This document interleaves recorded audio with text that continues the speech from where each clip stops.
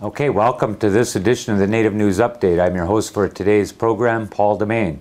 Many of the stories viewed here can be found at our website at IndianCountryNews.com. Here's the news for the day from the Associated Press and other Native American news sources. A federal judge has invalidated a permit for construction of a King William County reservoir in Virginia that environmental groups and the Mattaponi tribe have been fighting for years. U.S. District Judge Henry Kennedy Jr. in Washington, D.C. ruled that the U.S. Army Corps of Engineers acted arbitrarily when it deemed the reservoir the least damaging alternative for meeting the long-range water needs of Virginia's peninsula region. Environmental groups and the Mattaponi claim the project would have devastating environmental consequences, including the loss of more than 400 acres of wetlands and 21 miles of streams that are crucial to the tribe's shad fishing tradition. The Mattaponi also contend that the project would flood some significant cultural sites near their reservation. The general manager of the Yakama Nation Casino in central Washington has resigned amid questions over whether the tribe can legally distribute money from casino profits to its tribal members. Michael Hopatawit submitted his resignation at the end of last month. Casino spokesman Dale Drury said Hopatawit's departure in part was due to a dispute he had with the tribe's gaming commission, but that he also wants to pursue opportunities elsewhere. Tribal leaders have been grappling with a request to give each tribal member in the 10,000-member tribe a one-time payment of $1,400 from casino profits. Members each received a one-time payment of $2,000 from casino profits in December, but some tribal leaders wondered whether it was legal because the tribe lacks a federally approved plan to allow it to give members a share of the casino profits. Casino gambling bills proposed in the Texas House of Representatives are moving closer to getting a public hearing in a legislative committee. The House Licensing and Administrative Procedures Committee heard from supporters and opponents this month on bills that would allow Las Vegas-style casinos in Texas and video slot machines at horse and dog racetracks.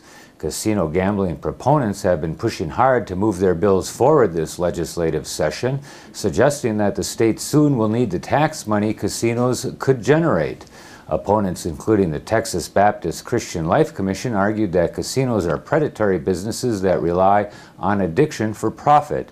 So far, proposals that would allow casino gambling to resume at American Indian reservations in El Paso and Livingston have been brought before the House committees, but they have not been sent to the full House for a vote yet. The U.S. Fish and Wildlife Service plans to meet with State Environmental Department members about potential impacts to threatened and endangered species by a proposed coal-fired power plant on Navajo land in northwestern New Mexico. Environmental Secretary Ron Curry suggested the meeting to discuss the biological assessment of the Desert Rock Energy Project, which is being developed by Houston-based Sithe Global Power and the Navajo Nation. Curry said the assessment indicates mercury and other chemicals will be emitted by the plant and that those chemicals will have an impact on the San Juan River and the Rio Grande as well as species living there.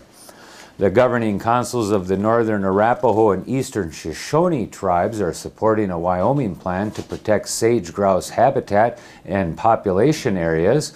The tribe's Joint Business Council adopted a resolution last month endorsing the state plan and urging the U.S. Department of Interior to adopt the plan as well. Following a task force study, Governor Dave Freudenthal has issued an executive order last summer directing state agencies to protect core sage grouse areas. The tribal resolution says there are significant core areas in the Wind River Reservation, but that there's been a 60% decline in male grouse leaks in the reservation lands over the last 2 years. The U.S. Fish and Wildlife Service is considering whether sage grouse deserve protection under the Federal Endangered Species Act. The University of North Dakota Senate has passed a resolution against UND's Fighting Sioux nickname, even though student senators opposed the resolution.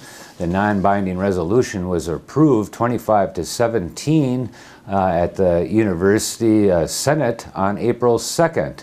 About 40 students wearing green UND apparel held signs supporting the nickname before the meeting and sat throughout the debate.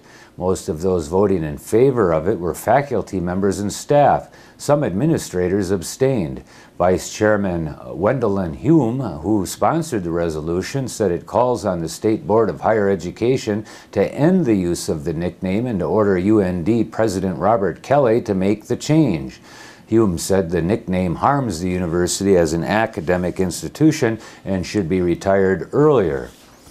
In Oklahoma State University, Senior is one of 13 students from across the U.S. chosen by the Morris K. Udall Foundation to receive a 2009 Native American Congressional Internship. Jeremy Bennett, a member of the Citizens Potawatomi Nation and an environmental science major from Oklahoma City, is the only student from an Oklahoma college or university picked for this year's internship class. Those receiving the internships are chosen by a review committee of American Indian educators and tribal policy leaders on the basis of commitment to careers in tribal public policy and academic achievement. Students will be located in Washington, D.C. during the 10-week summer internship. A new contemporary Native American art exhibit is being featured at the South Dakota Art Museum through August. The display features 42 oil, watercolor, and acrylic paintings, as well as ceramic sculptures by contemporary Native American artists. The pieces are on loan from the Heritage Center of Red Cloud Indian School. Featured artists blend the traditional bold colors and symbolism of tribal artwork with such contemporary elements as graffiti to bring a modern perspective to their heritage. And that is the latest roundup of news from Indian Country on this edition of the Native News Update. We want to thank our underwriters for helping us with this broadcast, and our technicians Nick Vanderpie and Lonnie Barber, and our assistant back there, Kimberly Acosta. Thanks for joining with us today.